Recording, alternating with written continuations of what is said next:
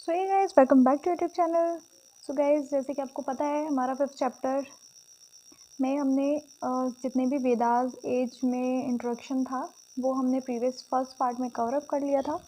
सो ये इसमें इस वाले वीडियो में इस वाले सेशन में हम लोग ये पढ़ने वाले हैं, ठीक है, जो 4 वेदास थे उनके बारे में डिटेल्स में पढ़ने वाले हैं, ठीक है। तो जल्दी से वीडियो करते हैं स्टार्ट। उससे पहले आपको करना है, अगर आप फर्स्ट व्यूअर है अदरवाइज़ तो आपने सब्सक्राइब कर ही लिया होगा, अदरवाइज़ आपको लाइक करना है, शेयर करना है, ठीक है। So let's begin our video. तो देखो भाई लोग, बहन लोग भी, हमारा जो चैप्टर है वेज ऑफ लाइफ है, ठीक है। क्योंकि एंशियंट हिस्ट्री में पहले तो लोग ही आए ना, आर्यंस हुए, ठीक है। तो उन लोगों को पहले रहना सहना तो आता था, खाना खा लिया बस, ठीक है। कुछ टाइम बाद अपडेशन चलती है, अपडेटेड वर्जन, वो उनके अंदर आया, मीन्स अक्ल आई, ऐसे रहना है, ठीक है। तो वो उस चीज़ को हम बुक्स में पढ़ते हैं, उन्होंने ऐसा लिविंग स्टैंडर्ड रखा, ठीक है। तो फर्स्ट वैदिक एज से हमारा स्टार्ट होता है, जिसमें 4 टाइप्स दिए जाते हैं, जिसमें ऋग्वेद, सामवेद, यजुर्वेद और अथर्ववेद रहता है, ठीक है। अब फर्स्ट में हमें ये पढ़ना है व्हाट इज ऋग्वेद, ठीक है। ऋग्वेद एक्चुअल में होता क्या है, तो ऐसे बोलते हैं, और सबसे पहले ऋग्वेद ही आया था, जिसको हम first source of the knowledge बोल सकते हैं, ठीक है। सो यहाँ पे देख सकते हैं the Rigveda is mainly the oldest holy book in the world, ठीक है।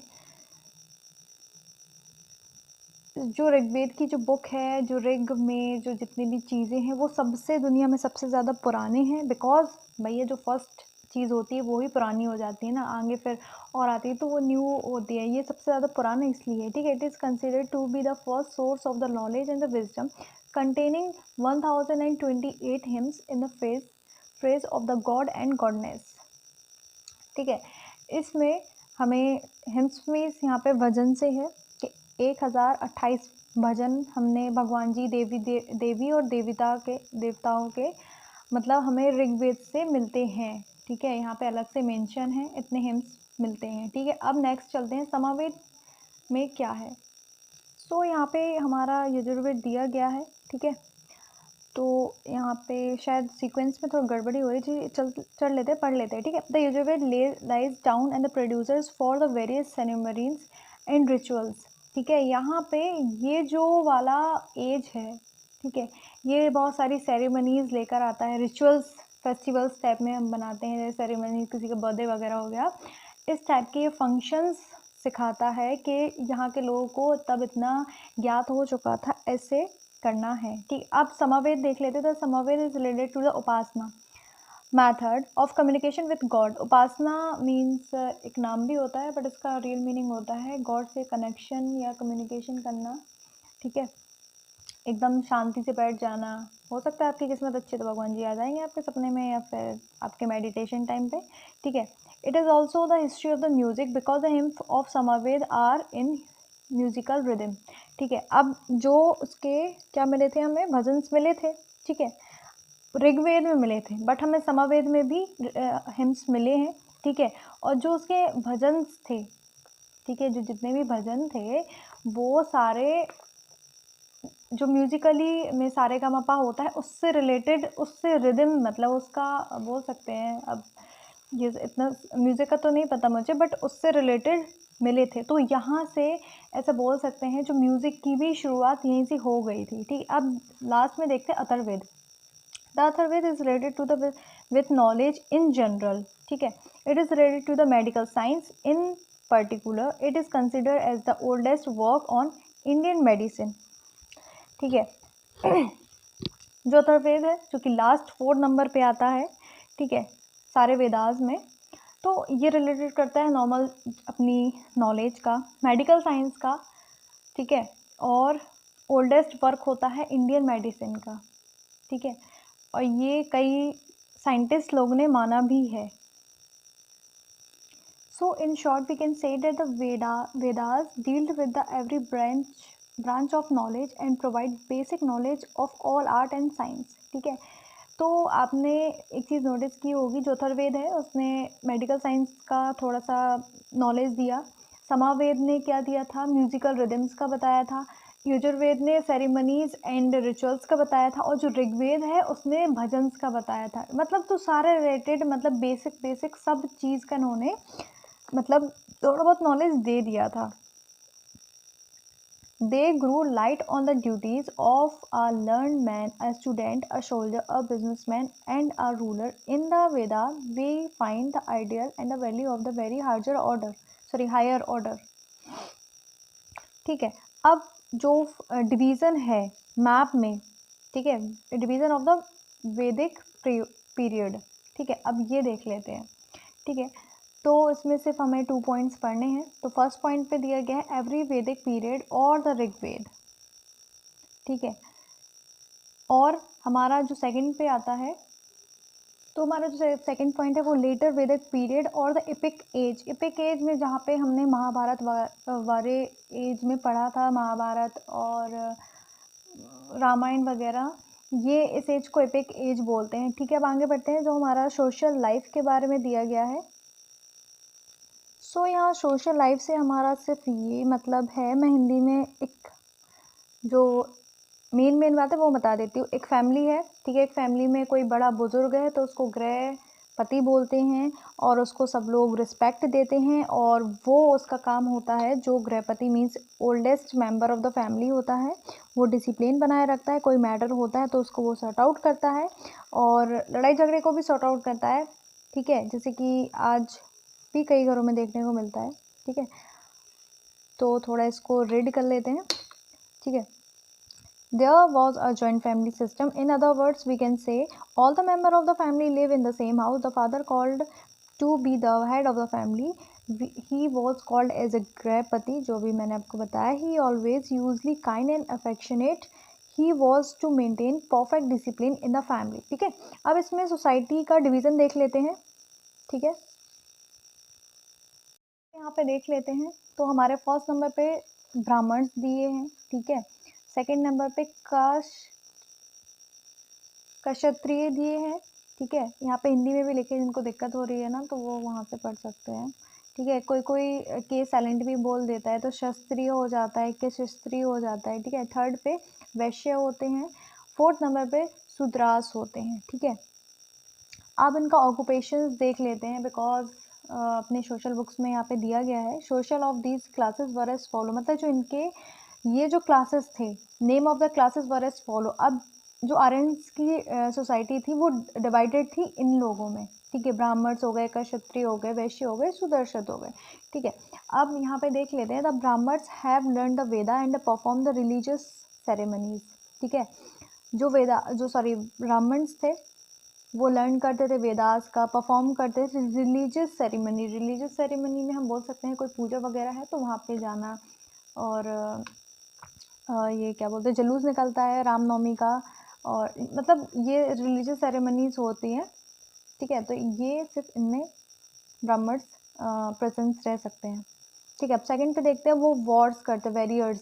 ठीक है, थर्ड नंबर पे जो वैश्य होते हैं, follow the profession of the agriculture, cattle rearing and trade, मतलब व्यापार करते हैं, खेती करते हैं, जानवरों को, पशु वगैरह को पालते हैं। ठीक है, वैश्य लोग जो होते हैं वो ये करते हैं। ठीक है, फोर्थ नंबर पे made their living by performing manual and other unskilled job. Unskilled jobs में क्या बोल सकते हैं भाई, अपने पेट को पालने के लिए अनस्किल्ड या स्किल्ड हो तो वो देख सकते हैं ना अपने हिसाब से, बट यहाँ पे दिया गया है manual and the other unskilled job. ठीक है, अब यहाँ पे पोजीशन ऑफ वुमेन की बात करते हैं। ठीक है, तो position of the women enjoy respected position in the society. They receive good education. Not religion ceremony was considered complete without the presence of the wife along with the husband. यहाँ पे बहुत इंपॉर्टेंट बात है यार, आज के time पे कभी ऐसे देखने के लिए नहीं मिलता है। ठीक है, बहुत ईजी लैंग्वेज में लिखा है, इतना आप एक बार पढ़ लेंगे तो हो जाएगा, अदरवाइज वीडियो में तो मैं आपको बता ही रही हूँ। ठीक है, the women were as free as man. There was no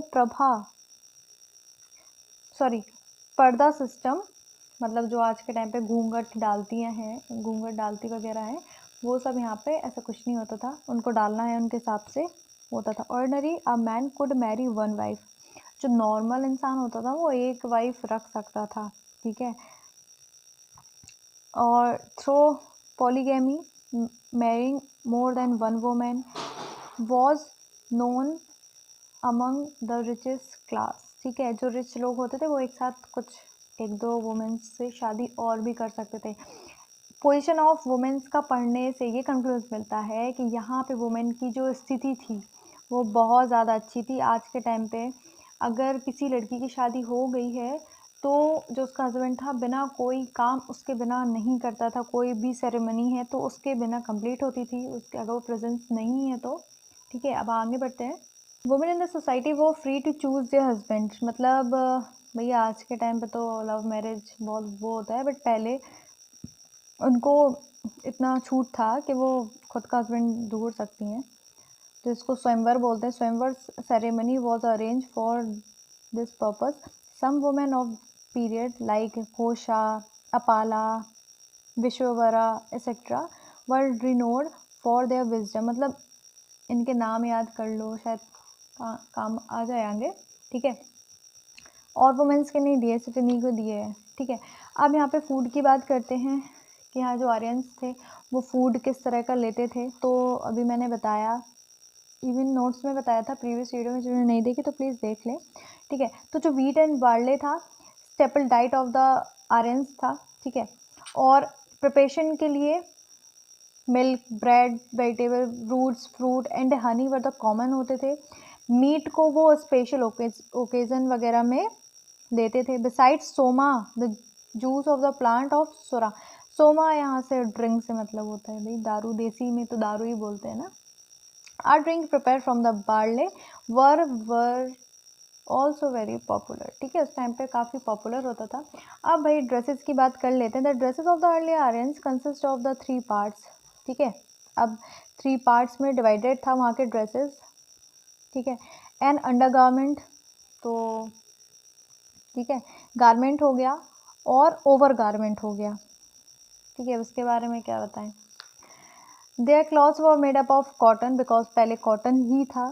ठीक है, डियर स्किन और wool are the were of different colours, वहाँ पे इस टाइम पे कलर भी ज़्यादा नहीं होते थे। Both man and women use embroidered clothes, gold ornament and turbans, hair was properly oil and combed, मतलब यार तब इन लोगों को अक्ल थी, अभी तो जेल वेल चल गए हैं। ठीक है, एज्यूमेंट्स देख लेते हैं। हंटिंग वॉज, मतलब जिस चीज़ में इंटरेस्टिंग ज़्यादा हो, तो हंटिंग उनका फेवरेट काम था। One of the favourite amusements of the people beside music and dance, ये chariots racing, whistlings, gambling were also popular, but ये जो हंटिंग था वो सबसे फेवरेट और पॉपुलर था। ठीक है, जो गेम्बलिंग था ना वो एडलर पीपल्स उनको पसंद नहीं होता था। ठीक है, अब जो विलेज लाइफ होती थी अर्ली आर्यंस की, तो वो देख लेते हैं। जो उनके विलेजेस थे वो अच्छे तरह से प्लान्ड थे। प्लान्ड मीन्स ये होता है कि अच्छे से वेल मेंटेन, हाइजीनिक होना। ठीक है, there were streets inside and the house were located on the both side the street. These houses were built up of wood, bamboo, straw and weeds, मतलब वहाँ पे पहले कच्चे घर नहीं होते थे, मतलब इस टाइम तक कोई कच्चे घर नहीं थे। ठीक है, वो लोग सिर्फ पक्के, सॉरी कच्चे हाउस में ही रहते थे। सॉरी, पक्के हाउस वहाँ तक उस टाइम पे नहीं थे, मैंने उल्टा बोल दिया। The different part of the house were tied together with a grass ropes, मतलब ज़्यादातर जो घर होते थे चारों दीवारों को एक साथ ऐसे बांध दिया जाता था। वो जो ग्रास की जो रस्सियाँ होती थी उससे उसको पहले रस्सी को बनाते थे फिर उसको बांधते थे। अब इकोनॉमिक लाइफ, मतलब उनके ऑक्यूपेशन से मतलब वो काम क्या करते थे भाई, पैसे को, इकोनॉमी को अच्छा करने के लिए। तो इकोनॉमिक लाइफ में हमें ये पढ़ना है। ठीक है, अब ऑक्यूपेशन देख लेते हैं। Part of the agriculture and catering rearing, the Aryans made great progresses in different fields as potter, weaver, carpenter, jeweler, iron and goldsmith, leather workers and chariot making as a mention in a Rig Veda. ठीक है, ऋग वेदा में ऐसे ऐसे काम होते थे। कैसे कैसे काम होते थे देख लेते हैं। मिट्टी के भाई पेंटिंग्स होती थी। मिट्टी की पेंटिंग मीन्स मिट्टी के मूर्तियाँ वगैरह बनना या मिट्टी के बर्तन बनना, वीवर्स बुनाई वगैरह, कारपेंट बढ़ई का काम, ज्वेलरी जो आभूषण होते हैं, आयरन लोहारी का वाला काम, गोल्ड स्मिथ होते थे, सुनार लोग होते थे, लेदर वर्कर जो लेदर से कपड़े या कुछ भी बैग वगैरह बनाते थे, ठीक है, ये सब ऋग्वेद में होता था। ठीक है, अब एग्रीकल्चर का देख लेते हैं। Agriculture and the cattle rearing were the main occupation of the Aryan. देखो भाई, पहले तो कोई बिजनेस इंडस्ट्री वगैरह होती नहीं थी, उनको जो काम मिला तो वो किया। उस टाइम पे एग्रीकल्चर था तो नॉर्मल सी बात है, एग्रीकल्चर उन्होंने कैसे याद कर सकते हैं, ठीक है। They domesticated cow, buffalo, bulls, oxen, horse, sheep and dogs. मतलब वो अपने घर में डोमेस्ट कर सकते थे काऊ को, बुल को, ऑक्सन को, जो कि हॉर्स को, शीप शीप तो भारी सामान नहीं उठा सकती, बट कॉटन वगैरह की रुई, मतलब उसके बाल के हिसाब से, और ये रखवाली करने के काम आ सकते थे, ये दूध देने के लिए, ठीक है। और बुल, ऑक्सन, हॉर्स भारी सामान कैरी करने के लिए हो सकते थे, ठीक है। Irrigation method were also known, the field were watered by means of canal and wells. मतलब उस टाइम पे भी लोगों को अकल थी भैया कि कुआं वुआं खुदवाओ, कैनल लगवाओ, ताकि खेत में इरिगेशन पानी वानी के लिए अच्छा सिस्टम हो जाए तैयार, ठीक है। अब ट्रेड देख लेते हैं कि उनका बिजनेस कैसा होता था, ठीक है। Trade was the mainly carried on the under of the barter system. ये सबसे मतलब जो ट्रेड था वो बार्टर सिस्टम में ही होता है। बार्टर सिस्टम में क्या होता है कि अभी तो कॉइन चलता है, मीन्स मनी चलता है, बट पहले मनी नहीं चलता था। तो क्या होता था कि बोल देते थे, जैसे एक ए पर्सन, मतलब ए पर्सन ले लेते हैं और बी पर्सन ले लेते हैं। तो ए पर्सन के पास एप्पल्स थे, बी पर्सन के पास ग्रेप्स या बनाना, समझ लो कि उसके पास वो थे। उस टाइम पे मनी तो था नहीं, तो वो एक दूसरे से जो सामान था वो एक्सचेंज कर लेते थे, ठीक है। अब उसने 1 किलो लिया है, 1 केजी लिया है, भले उसने 2 केजी ले लिया, तो उसमें बार्टर सिस्टम तो हो गया, चलो पैसे का तो यूज़ नहीं हुआ है, बट उसमें समझ लो एप्पल की क्वालिटी ज़्यादा अच्छी है अकॉर्डिंग टू बनाना और ग्रेप्स, तो मतलब लॉस किसका होता है? एप्पल जो एप्पल होता है, जो पर्सन ए बेच रहा है उसका नुकसान हुआ। तो यहाँ पे बार्टर सिस्टम होता था, बट पहले इतना वो सब नहीं था ना, तो पहले यही सब चलता था, ठीक है। ट्रेड बार्टर सिस्टम के अकॉर्डिंग ही चलता था। अब यहाँ पर रिलीजन देख लेते हैं। The religion of the early Aryan was a simple one, the worship of the different forces of the nature such as Indra. Indra को जो गॉड ऑफ रेन बोला जाता है, थंडर एंड वॉर, ठीक है। God of rain, thunder and war को God Indira बोलते हैं, ठीक है। वायु God of air, Prithvi goddess of the earth, ठीक है। वरुण हो गया गॉड ऑफ रेन, सूर्य हो गया, सन हो गया, Agni god of fire, Usha goddess of the dawn. They were often prayers of the sorry to these. तो आगे बढ़ते हैं, ठीक है। अब यहाँ पे nature god in the order to seek wealth and cattle, ठीक है। सेक्रीफाइसेस और यजना were also performed for the same purpose. Sacrifices or the yajna were the performed by the brahmins or the priest, ठीक है, जो Brahmins लोग होते हैं। The prayers and the sacrifice were held in the open for the earlier did not build temple and images of these god। मतलब उन्होंने सब पूजा पाठ किया, but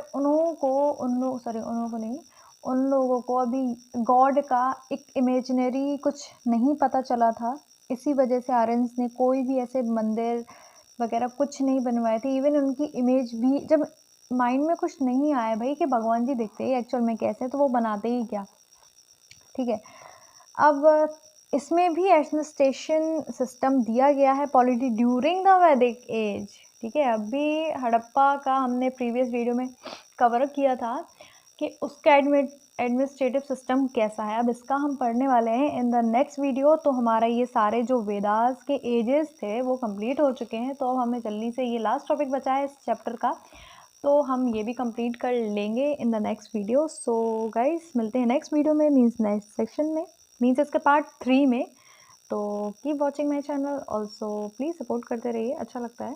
thank you, thanks for watching.